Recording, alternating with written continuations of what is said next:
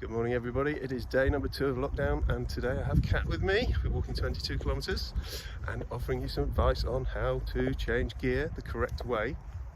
I'm on the driving test.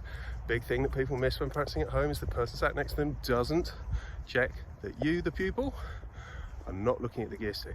Looking at the gear stick is dangerous and you could do it like 30 times an hour if you're in a town environment. If someone steps out in front or anything like that's really dangerous. It's like looking at your phone if you're texting.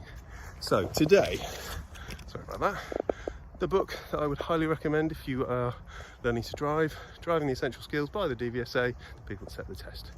In the book, it tells you about missing out gears. Since about 1985, when disc brakes became common on cars, it became no longer the technique to change down from 6th to 5th to 4th to 3rd to 2nd to 1st. You can miss out the gears.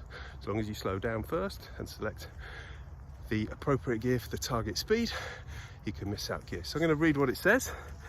The flexibility of modern engines and the efficiency of braking systems and gearboxes often makes it unnecessary to change into every gear when changing up and down the gearbox. Missing out gears at the appropriate time will give you more time to concentrate on the road ahead and will allow you to keep both hands on the steering wheel for longer. So there we go, straight from the horse's mouth, you can miss out gears. Okay, today I'm walking 22k. I'm mimicking my friend Joe, who is doing 365 days of action, walking 8,000 kilometers for charity in 365 days. That is 22 kilometers a day. There we have it. Have a good day, people. Enjoy. See you soon.